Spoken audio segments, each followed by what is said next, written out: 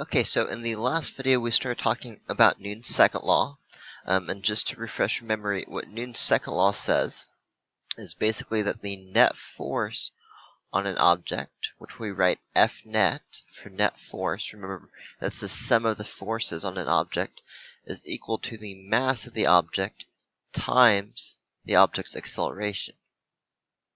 Okay, and so this is one of our two equations in this unit. This is probably one of the most important physical laws that we're going to see this year.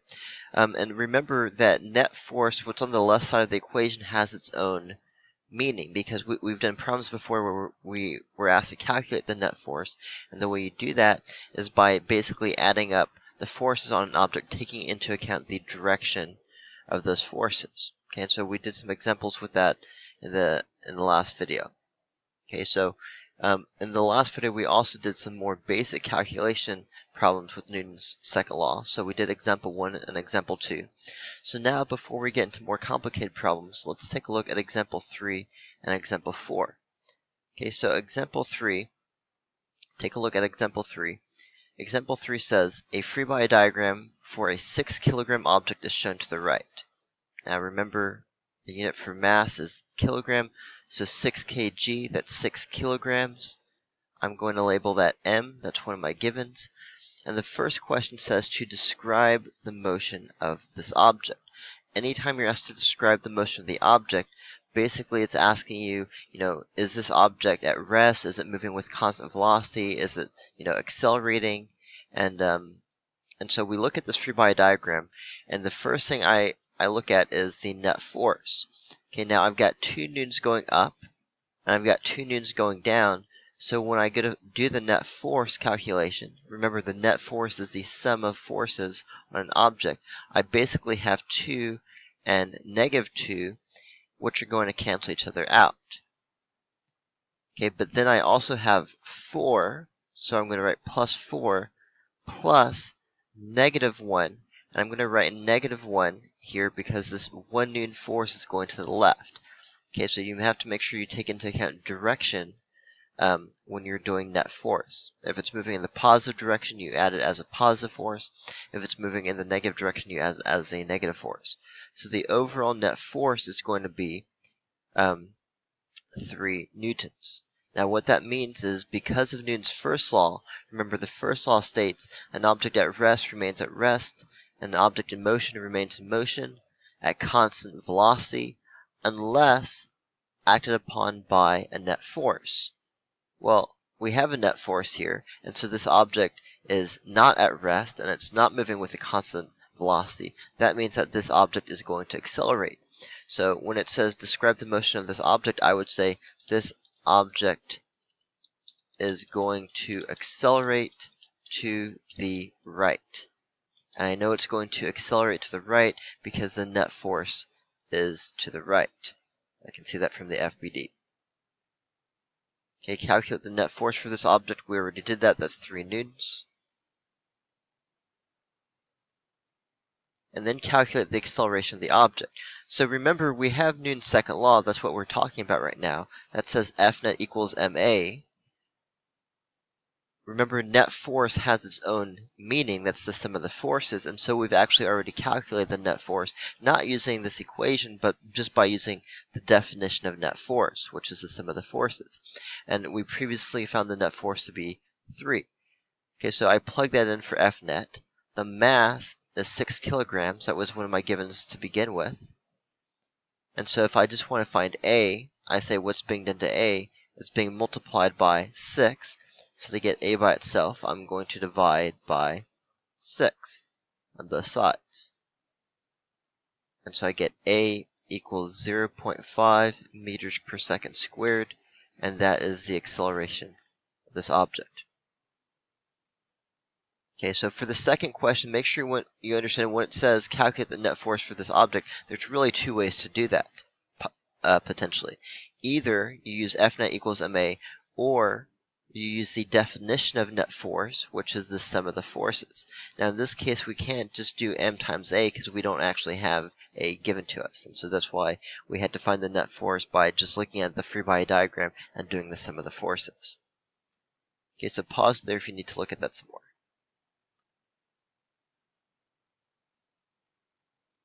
Okay, so example 4 is a very similar type of problem. The FBD is slightly different, but it's very similar.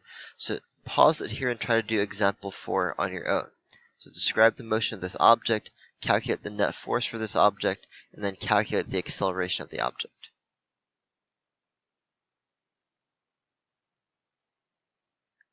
Okay, so I have the mass given. It's 8.5 kilograms. I look at the FBD. The first thing I notice is, okay, this 6 newtons and this 6 newtons are going in opposite directions, so those two forces are going to cancel each other out. Okay, what is the net force going to be? Well, first of all, I know the net force is not equal to 0, and so right away I can describe the motion of this object, because I can just say, because the net force is not equal to 0, this object will accelerate. Right, because of Newton's first law, if the net force was equal to 0, it would either be at rest or moving with a constant velocity, but the net force is not equal to 0, and so it's going to accelerate. Which way is it going to accelerate? It's going to accelerate whichever way the net force is. Okay, so in this case, I can just visually look at the FBD and see, okay, it's going to accelerate to the right. So this object will accelerate to the right. That's it. That answers the question. Now, does that mean this object is going to move to the right? No. Okay, remember, acceleration has nothing to do with which way the object is moving. Acceleration tells you which way the velocity is changing. So this object could be moving to the right, but it also could be moving to the left. So we've talked about this in past videos. If your velocity is to the left and your acceleration is to the right, that means you're slowing down.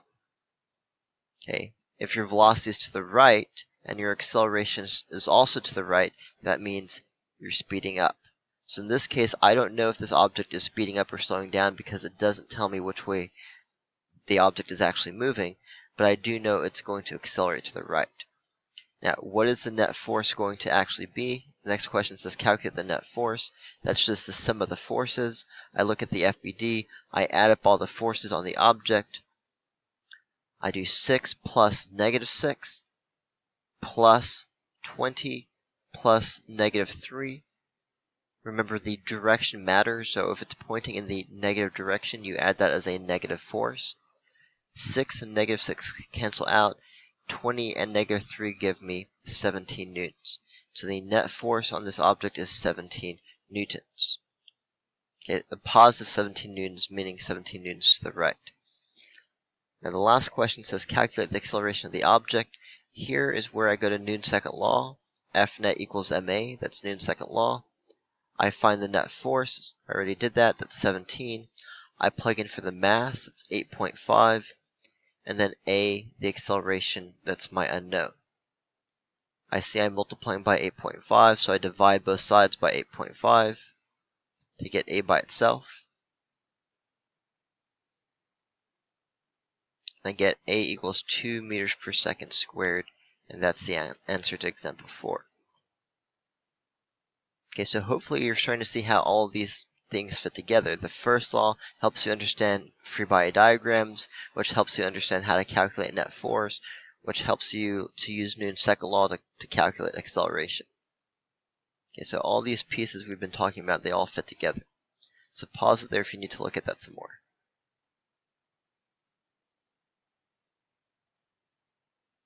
Okay, so we've talked about this in the past, but there is actually an equation that lets us calculate force of gravity.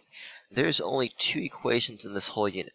There's one equation for gravity, okay, and there's one equation for Newton's second law, and that's it. Anytime you're ever asked to calculate anything else, you probably have to use one of those 2 equations first. Okay, so first let's talk about weight, aka the force of gravity on an object.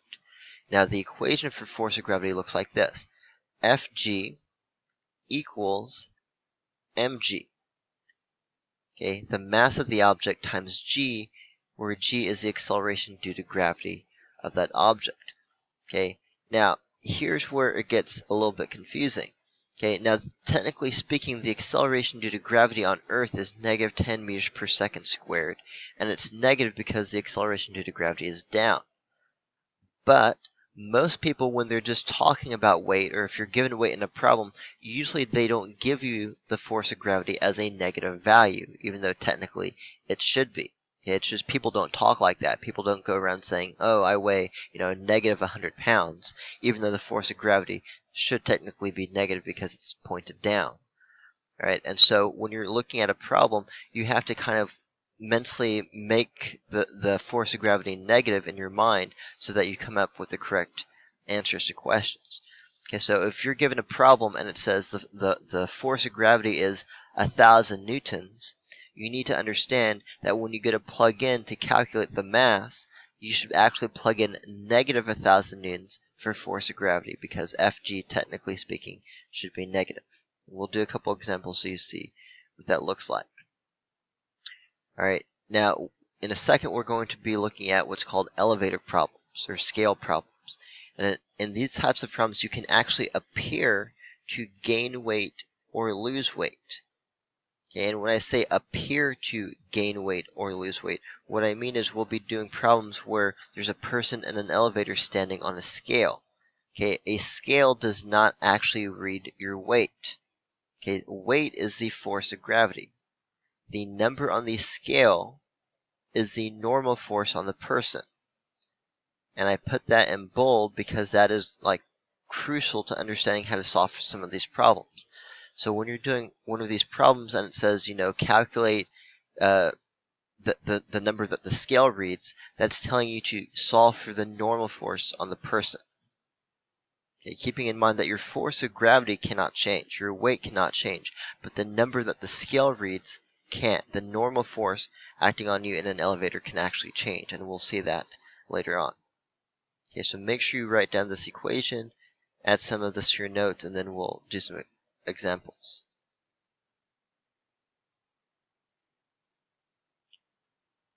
Okay, so let's do some simple examples.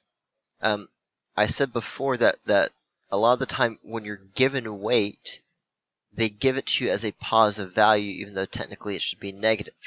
So for example, you might be doing a problem and it might say a 600 Newton bike. What they're doing right here is they're saying, hey, the weight of the bike is 600 newtons, but they're leaving off the negative sign. So when you go to calculate the mass, let's say we want to find the mass, we use the equation Fg equals mg, we would plug in negative 600 equals m times negative 10, and negative 600 divided by negative 10 is 60. Okay, so if you're doing a problem, make sure you understand, are they giving me the mass, which is in kilograms, or are they giving me the weight, the force of gravity, which is in newtons?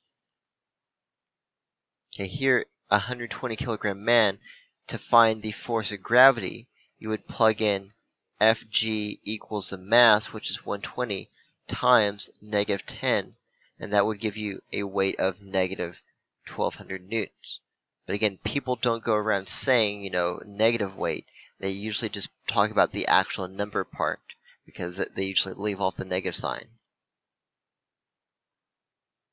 So if you look at example 1 here, calculate the weight, it's the force of gravity, weight is force of gravity, of a 15 kilogram bike. Kilogram is mass. We're going to do Fg, which is our unknown, equals mg. We're going to plug in 15 for the mass, negative 10 for g, and so we get a force of gravity of negative 150 newtons.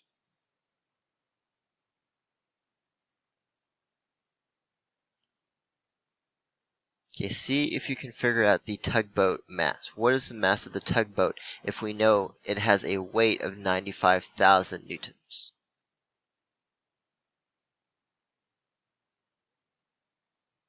Okay, so hopefully you got the correct answer. The correct answer should be 9,500 kilograms. Please keep in mind you cannot have negative mass. Okay, so when I go to plug in to my equation to find mass, 95,000 newtons, I'm plugging in negative 95,000 because force of gravity technically should be negative, and then I'm dividing by negative 10, and negative 95,000 divided by negative 10 is 9,500 newtons. Sorry, not newtons, because the question is asking for mass. 9,500 kilograms. That is the answer to the question. So hopefully you got 9,500 kilograms. That is the answer to the tugboat question.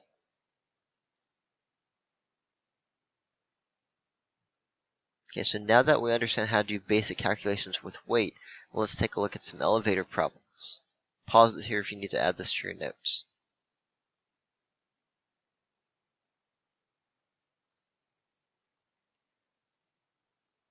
Okay, so what I want to look at now is I want us to focus on the situation where you have a man in an elevator standing on a scale. Okay, and so before we get into that, I want to show you 3 different free body diagrams for 3 different situations, or actually 4 different situations. Question number 1, number 2, number 3, and number 4. Okay, so I'm going to show you 4 different FBDs for these situations. Okay, so number 1 says the elevator is going up at a constant velocity. We want to draw the FBD for a man, not for the elevator, but for a man. Okay, so what does that look like? The key word here, by the way, is constant velocity.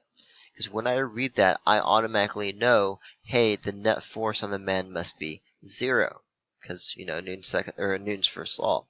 So what forces are acting on the man? I would write them off to the side, but I don't want to take up a lot of room. And by this point, you should be used to doing this enough so that you can kind of do it in your head. You've got the force of gravity on the man going down. There's no rope or string attached to the man. There is to the elevator, but not to the man. There's a cable attached to the top of the elevator, but it's not physically touching the man. So there's no tension. There's no applied force. There's no friction because the man is not moving along a surface. The only other force on the man is the normal force because he's standing on a surface. Right? And so there's a normal force up. And when I draw this, I have to make sure that the force up and the force down are the same length because he's moving up at constant velocity, and that means the net force must be 0. Now, what does it look like for situation number 2? Here it says the elevator is going down at a constant velocity. As long as it's constant velocity, though, that doesn't change what the FBD should look like. Force of gravity going down, normal force going up, arrows are the same length. Okay, remember, a free body diagram's purpose is not to show you which way the object is moving, just to show what forces are acting on the object. Okay, so even though in one situation the elevator is moving up and the other it's moving down, that is not indicated on the free body diagram because that's not the purpose of the FBD.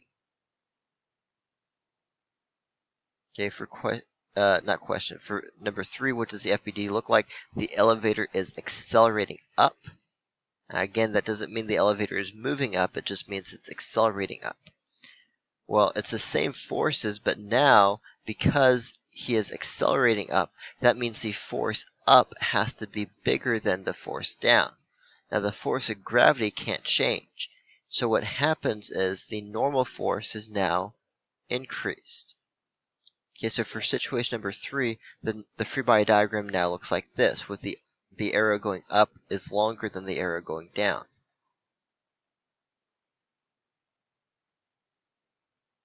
And then for number 4, the elevator is accelerating down. Again, the exact same forces, only now the arrow going down is longer than the arrow going up. And actually, this is not drawn completely correctly because remember I told you before the force of gravity cannot really change. And so really, I should make the force of gravity the same length as it was before. What actually happens is the normal force actually shrinks. It decreases. Okay, so what would this look like to the guy inside the elevator standing on a bathroom scale? Remember I said this before, but when you're on a scale, the number on a scale does not actually tell you your weight. It actually just reads the normal force acting on you. Okay, so throughout this whole time, if you're looking at the scale, if you're just like standing there at rest, the normal force and the force of gravity are the same.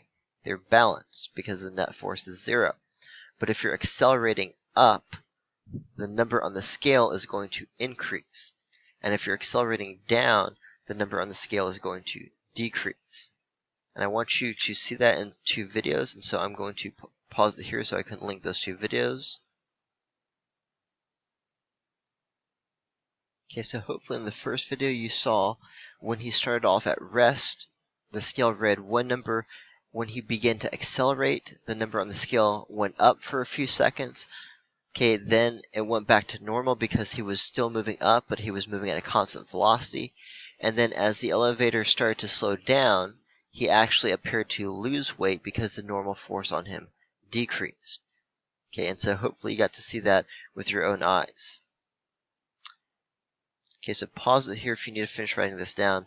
What I'm going to do now really quickly is just do some quick calculation examples. And again, this is probably the hardest part of this whole unit. So if you can get this, you're in really good shape. Okay, so take a look at example 1. Example 1 says a man with a mass of 65 kilograms stands in an elevator at rest. I'm picking out context clues right away. Here's my mass. If I'm at rest, that automatically means the net force is going to be 0. If the man had a scale attached to his feet, what number would it read? If you don't know that this is the normal force, then there's no way you can answer this question. You have to know that. Now, how do I approach this question? Well, first I draw an FBD, and I know what this looks like because it was like on the last slide. I've got gravity going down and the normal force going up, and they're the same length. And then I use Newton's second law, F net equals ma.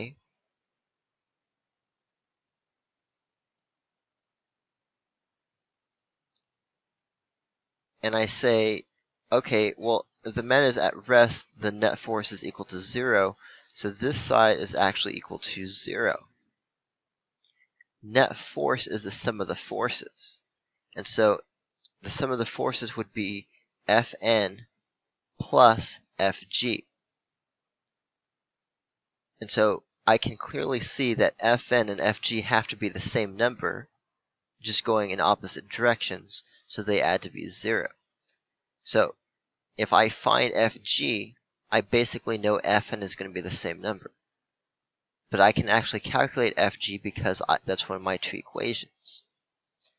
So force of gravity is mass times g, the acceleration due to gravity. I plug in 65 times -10. That's -650 newtons. And now that I have Fg, I can plug back in over here. Fn plus -650 equals 0.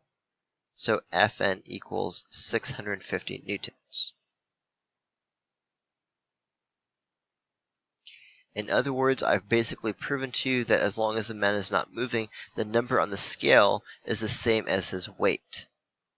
Which, of course it is. Makes sense. So pause it there and look at that some more. Rewind it if you need to hear the explanation again. But we're going to do a few more quick examples.